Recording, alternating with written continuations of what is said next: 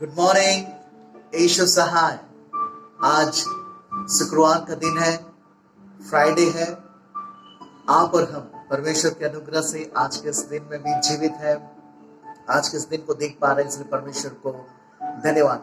आज रह रह कर मेरे दिल में, मेरे दिमाग में एक गीत गूंज रहा है और वो गीत सबका जाना पहचाना गीत है। और मैं चाहता हूँ कि वो गीत गाकर हम अपने मनों को, आत्माओं को तैयार करें, ताकि हम परमेश्वर के वचन में से सुन सके, उसको अपने हृदय में बसा सके। ऐसा हम इस गीत को गाने का प्रयास करते हैं। वो गीत यीशु के पीछे मैं चलने लगा, न लौटूंगा न लौटूंगा। ये गीत साधु सुंदर सिंह के द्वारा लिखा गया है। ये गीत के विषय में ऐसी बातें प्रचलित है कि पीछे मैं चलने लगा, यीशु के पीछे मैं चलने लगा, यीशु के पीछे मैं चलने लगा। न लौटूंगा न लौटूंगा। गर कोई मेरे साथ आवे, गर कोई मेरे साथ आवे, गर कोई मेरे साथ आवे, न लौटूंगा न लौटूंगा न लौटूंगा न लौटूंगा। मैं सोचता हूं कि चर्च में, कलीसिया में बच्चों के लिए एक संडे स्कूल विंग है, जवानों के लिए DCYM है, महिलाओं के लिए महिला समिति है, पुरुषों के लिए पुरुष समिति क्यों नहीं है। इस विषय पे हम सबको परिवार में बैठकर सोचना चाहिए, बातचीत करना चाहिए कि पुरुषों के लिए भी समिति होना चाहिए। आखिर पुरुष चर्च आने में रुचि क्यों नहीं लेते? इस विषय को भी हम सब महसूस करते हैं, बहुतायत से महसूस करते हैं। देखिए, जब शादी होती है, परिवार बनता है, तो इफिसियों की पत्री के अनुसार उसके 5वें अध्याय में जो लिखा है, उसमें लिखा है कि पत्नी का सिर पति है, जिस प्रकार कलीसिया का सिर ख्रिस्त यीशु है। अब कलीसिया में महिलाएं अधिकतर आती हैं, तो अगर विवाहित महिलाएं विवाहित होकर भी केवल वो ही आए और पुरुष ना आए, तो यकीनन वचन के अनुसार कैसा लगता होगा कि जो शरीर आ रहा है बिना जो धड़ आ रहा है वो बिना सिर का आ रहा है। शरीर में सिर नहीं है, क्योंकि पत्नी का सिर तो कौन है? पति है। तो मैं सोचता हूं कि पुरुषों को चर्च आना क्यों पसंद नहीं है, इस पर भी बातचीत करना चाहिए, खुलकर बातचीत करना चाहिए। पुरुष, मैं भी एक पुरुष हूं। ज्यादातर पुरुष वो सीखना पसंद नहीं करते, क्योंकि बचपन से वे अपनी माँ से सीखते हुए आते हैं, और जब पुरुष परिपक्व हो जाते हैं, बड़े हो जाते हैं, तो उस समय वो बहुत बार बोलने से भी नहीं सीख पाते। लेकिन मैं विश्वास करता हूं कि एक पुरुष दूसरे पुरुष को देखकर सीख सकता है, प्रभावित हो सकता है। हमारे लिए प्रभावित करने वाला पुरुष कौन है? वह यीशु मसीह। प्रत्येक पुरुष यीशु मसीह को अपना आदर्श बनाकर रखे, तो वो जरूर बहुत सारी गलतियों को करने से निश्चय बच जाएगा। मंगलवार को जो मैंने कहा था आत्मिक युद्ध, देखिए आत्मिक युद्ध में हम में से प्रत्येक शामिल है, लेकिन पुरुषों को पहली भूमिका और प्रमुखता से उसे निभाना होगा। पुरुष युद्ध में जाते हैं, युद्ध मैदान में जाते हैं, लड़ते हैं, तो घर के पुरुषों को आगे आना होगा, महिलाओं के साथ बने रहना होगा। और मैं तो कहता हूं कि ऐसे आत्मिक जीवन में, मसीही जीवन में, मसीही पारिवारिक जीवन में पुरुष अगुवाई करे, आगे आए, तब हमारी कलीसिया, हम सबकी संगति और भी ऊर्जावान दिखेगी, उन और भी अच्छे आकर्षक ढंग से दिखेगी। सभी का उपस्थित होना, बच्चे, जवान, महिला, बुजुर्ग, पुरुष, सबका उपस्थित होना कलीसिया में जरूरी है। लेकिन मैं आज ज्यादा जोर दे रहा हूं पुरुषों पर। पुरुषों को कलीसिया में उपस्थित होना अनिवार्य है, और उनके लिए उनका अगुआ या उनका नमूना या आदर्श, आइडियल कौन है? यीशु मसीह। और यीशु मसीह को वो अपने जीवन में बनाए रखें। मेरे पास कुछ लोग बातों बातों में इन बातों को कहते हैं, यकीनन महिलाएं कहती हैं कि पादरी साहब, क्रूस उठाने का काम तो पुरुषों का है, महिलाओं का नहीं है। क्योंकि यीशु मसीह भी पुरुष थे, और जब यीशु मसीह जो क्रूस को जब उठा नहीं पा रहे थे, तो जो मदद करने आया वो भी पुरुष था, शमौन खनानी। तो मैं उनकी बात को सुनता हूं तो मुझे बहुत एक गुदगुदाहट सी होती है, और मैं सोचता हूं यकीनन ये सचमुच में सही बात है। महिलाएं जब कहती है कि क्रूस उठाने का कार्य प्रमुख रूप से तो पुरुषों का है, तो मेरे प्रियो, मैं आज सभी पुरुष वर्ग को उत्साहित करना चाहता हूं, उन लोगों को उत्तेजित करना चाहता हूं कि आपको आगे आना होगा, आपको आपके पुरुष होने का वास्ता, तो आप लोगों को आगे होने की बहुत ही आवश्यकता है। चलिए हम लोग वचन से बात करते हैं। पहला तीमुथियुस 4:1-2 में लिखा है कि परंतु आत्मा स्पष्टता से कहता है कि आने वाले समयों में कितने लोग भरमाने वाली आत्माओं और दुष्ट आत्माओं की शिक्षाओं पर मन लगाकर विश्वास से बहक जाएंगे। यह उन झूठे मनुष्यों के कपट के कारण होगा जिनका विवेक मानो जलते हुए लोहे से दागा गया है। मेरे प्रियो, मेरे पुरुष भाइयों, हम सब पिछले मंगलवार को हम लोगों ने सुना था कि आत्मिक युद्ध में हम सब शामिल हो चुके हैं। प्रतिदिन हमें आत्मिक युद्ध में बने रहना पड़ता है, और हमें विजयी होने के लिए परमेश्वर ने अलग किया है, चुन लिया है, और इस युद्ध में भी उसने विजयी बना करके हम सबको रखा है। मैं 2-3 बिंदुओं के द्वारा आज के वचन को मैं समझाने का प्रयास करूंगा, खुद भी मैं समझने का प्रयास करूंगा। पहला है कि यह जो युद्ध है, यह हमें यह सोच करके करना है कि जो विश्वास संतों को मिला था, उसे प्राप्त करने के लिए एक युद्ध है। यानी कि जो विश्वास संतों को मिल चुका है, अब हमें भी उस विश्वास को प्राप्त करने के लिए प्रतिदिन युद्ध करना है, ईमानदारी के साथ रहना है, अपने कर्तव्यों को पूरा करना है। प्रेरित यहूदा ने कहा था, यहूदा का एक ही अध्याय है, उसके 3 पद में लिखा हुआ है कि उस विश्वास के लिए पूरा यत्न करो जो पवित्र लोगों को एक ही बार सौंपा गया था। एक ही बार सौंपा गया था। यत्न करो एक कंटिन्यूअस टेंस है, ये लगातार प्रतिदिन संघर्ष करना है।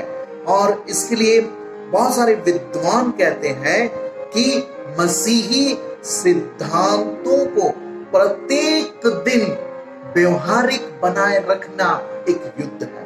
यानी कि मसीही सिद्धांत जो हमने बचपन से सीखा, जवानी में भी सीख रहे हैं, बुजुर्ग अवस्था में भी सीख रहे हैं, उन सभी सीखने वाले सभी शिक्षाओं को प्रतिदिन लागू करना ही एक युद्ध है।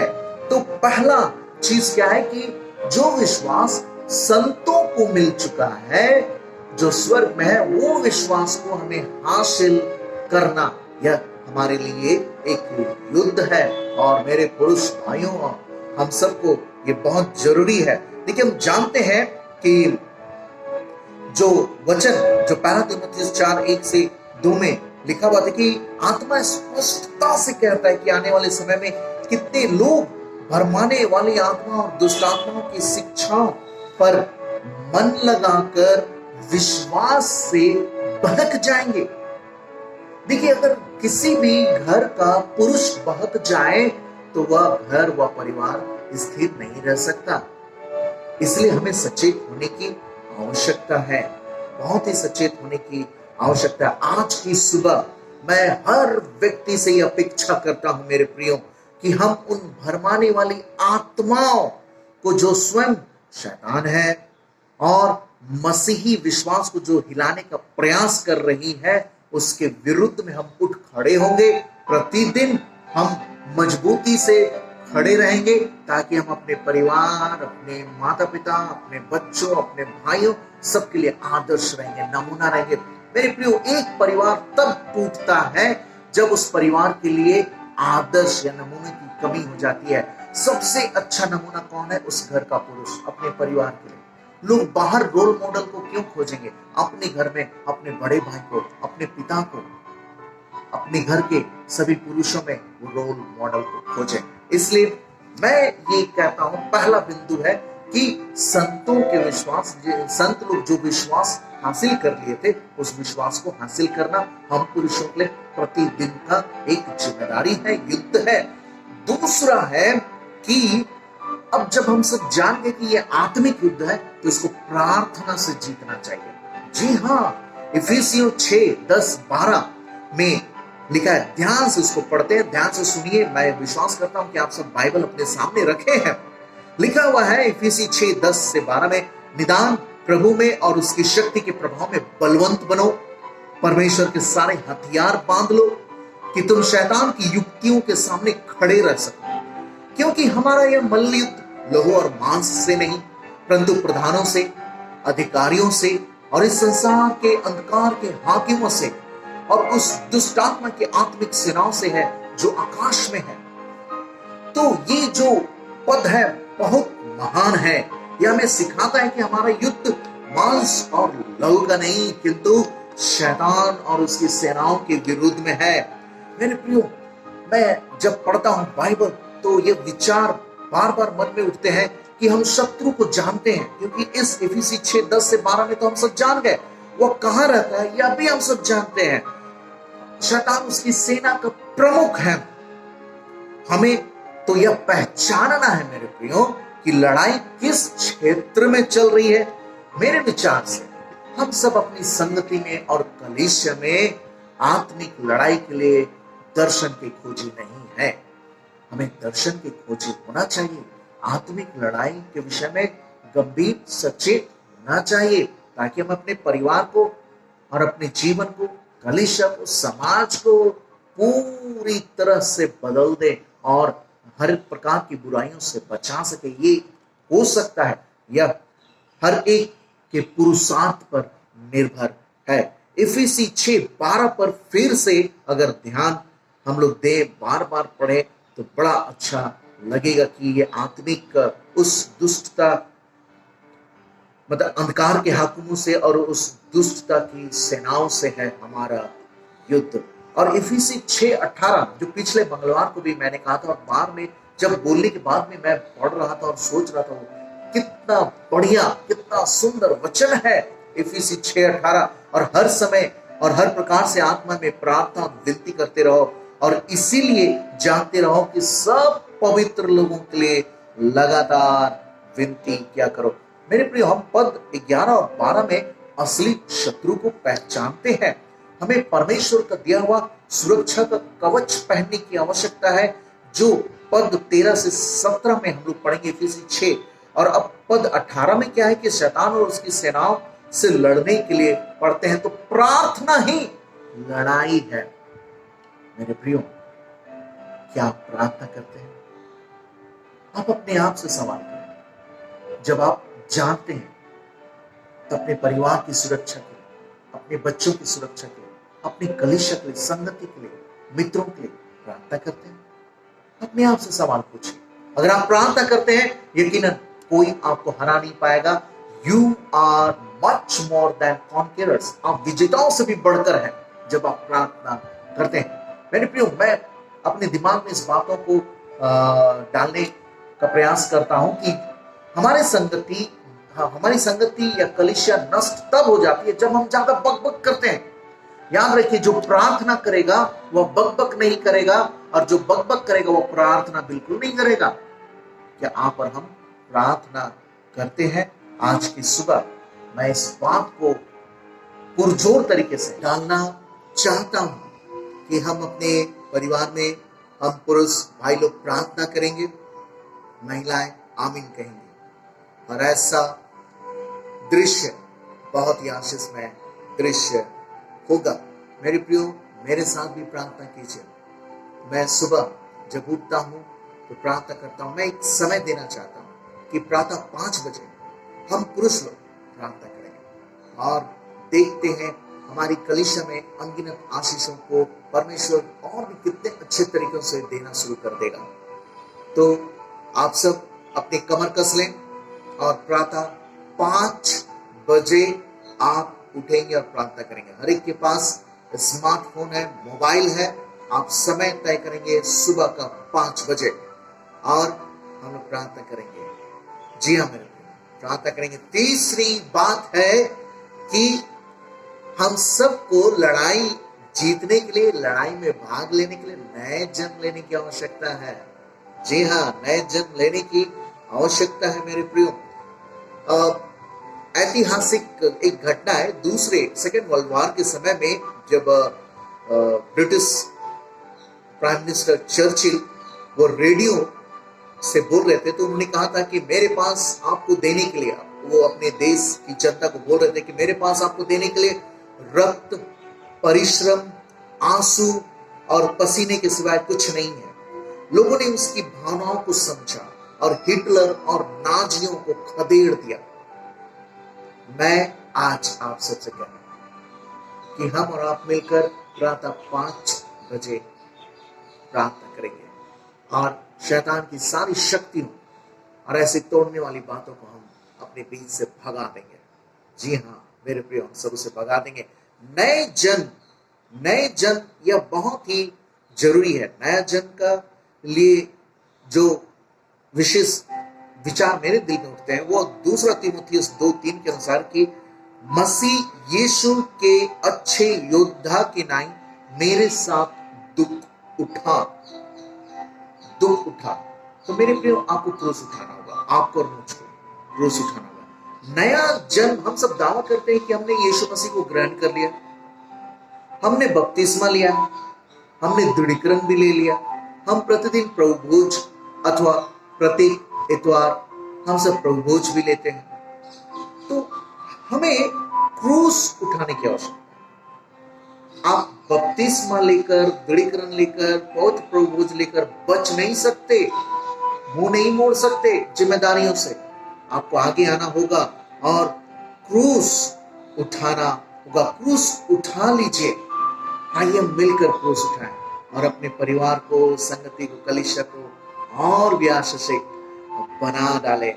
मैं वो गीत गाना ज्यादा पसंद करता हूँ, अक्सर जब अकेले भी रहता हूँ और कई एक दोस्तों के साथ रहता हूँ, जो गीत संग्रह से हम लोग अक्सर गाया करते हैं। जाना पहचाना गीत है कि प्यारो हिम्मत बांधो, आगे बढ़ो, क्रूस का लो निशान, जीतेंगे हम यारो, हारेगा शैतान। मेरे प्रियो, यीशु को अपना आदर्श हम पुरुषों को बनाए रखना होगा, ताकि एक बड़ी जिम्मेदारी जो हम पुरुषों को परमेश्वर की ओर से मिली है निभा सके। मैं फिर से कहना चाहूंगा कि इस बात पर जरूर सोचें, क्यों हम पुरुष कलीसिया या चर्च आना पसंद नहीं करते। बात करें, एक दूसरे को जगाएं, बोलें, खींचें, प्रभु यीशु की ओर ले चलें। जी हाँ मेरे प्रिय, मैं फिर से कहना चाहूंगा, आपको आपके पुरुष होने का वास्ता, आप क्रूस उठाइए, आप चर्च आइए और चर्च में बने रहिए। अगर आप चर्च नहीं आते हैं, आपने क्रूस उठाने से इनकार कर लिया, मैं आज चैलेंज करना चाहता हूं, चुनौती देना चाहता हूं, आप चर्च आइए। आप जब चर्च आते हैं उसी वक्त आप यह प्रदर्शित करते हैं कि आपने क्रूस उठाना स्वीकार कर लिया है। ये बहुत जरूरी बात है। आज की सुबह हम यीशु पर ईमान लाएं, यीशु पर विश्वास लाएं और यीशु के क्रूस को पसंद करें मेरे प्रिय। यीशु के क्रूस को अपने परिवार में स्थापित करें ताकि हमारा और हम सबका परिवार आशीषित, सुरक्षित, आनंदित बना रहे। प्रभु आप सबको बहुतायत की आशीष दें। आमीन।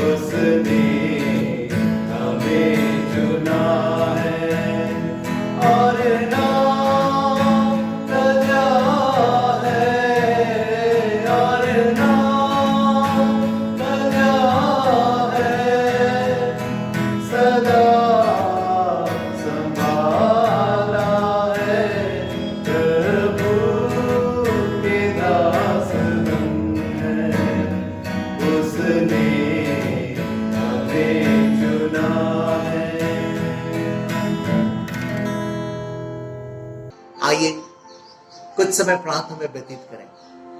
परमेश्वर हम सब धन्यवाद देते हैं आज की सुबह के लिए। आज की सुबह मिल बैठकर हमने तेरे वचनों पर मनन किया। वह वचन प्रत्येक हृदय में डेरा करे, घर करे, जड़ पकड़े, फल लाए, ताकि परमेश्वर पूरा पारिवारिक जीवन, कलीसियाई जीवन आशीषित और आनंदित और सुरक्षित हो जाए। परमेश्वर प्रार्थना है पूरे विश्व के लिए, जब हम सब इस कोरोना महामारी के दौर में जी रहे हैं, हमें से हर एक के साथ रहने के लिए धन्यवाद। हर एक की अगुवाई कर परमेश्वर। प्रार्थना है हर एक डॉक्टर, नर्स, वैज्ञानिक, सारे लोगों की अगुवाई कर परमेश्वर, जो इससे मुकाबला करने के लिए नए नए समाधानों की खोज कर रहे हैं, उन सबके साथ हो। मानव जाति को बचाने की इच्छा तेरी इच्छा है और तेरी इच्छा परमेश्वर सर्वोपरि है, और वह जैसे स्वर्ग में पूरी होती है पृथ्वी पर भी पूरी होने पावे। ये परमेश्वर प्रार्थना है जितने लोग हमारी संगति में, परिवारों में दुखित हैं, बीमार हैं, निराश हैं, उन सब पर तेरी आशीष अनुग्रह रहे। प्रत्येक लोग तेरी उपस्थिति से, तेरे पुत्र यीशु ख्रिस्त की उपस्थिति से भर जाए और परमेश्वर विजेताओं का जीवन व्यतीत करने पावे। प्रत्येक दिन का आनंद वे उठाने पावे। हे परमेश्वर, प्रार्थना है आज के पूरे दिन और पूरे जीवन भर हम सबकी अगुवाई कर, और इस कार्यक्रम के द्वारा जितने लोगों ने तेरे वचन को सुन लिया परमेश्वर, जितने लोगों ने प्रार्थना में अपने आप को शामिल किया है, सभी आशीषित और आनंदित बने रहे। और हे परमेश्वर, हम हर एक लोगों के लिए प्रार्थना करते रहे। ये तेरा वचन है कि हम जागते रहे, सचेत रहें और सभी लोगों के लिए प्रार्थना करें। परमेश्वर, इस पूरी प्रार्थना को तेरे पुत्र यीशु ख्रिस्त के नाम से मांगते हैं, सुन ले और स्वर्ग राज्य में ग्रहण कर ले। आमीन। एक साथ प्रभु की प्रार्थना। हे हमारे पिता, तू जो स्वर्ग में है, तेरा नाम पवित्र माना जाए, तेरा राज आए, तेरी इच्छा जैसे स्वर्ग में पूरी होती है वैसे इस पृथ्वी पर भी होगी। हमारी प्रतिदिन की रोटी आज में दे और हमारे अपराधों को क्षमा कर जैसा हमने अपने अपराधियों को क्षमा किया, और हमें परीक्षा में ना डाल परंतु बुराई से बचा, क्योंकि राज, पराक्रम और महिमा अब और सर्वदा तेरी ही है। आमीन। और हमारे प्रभु यीशु ख्रिस्त का अनुग्रह, ईश्वर पिता का प्रेम और पवित्र आत्मा की सहभागिता हम सभी के साथ सदा सर्वदा बनी रहे। आमीन। आप सभी को यीशु सहाय और आज का पूरा दिन आप सबके लिए आशीषमय बना रहे। धन्यवाद।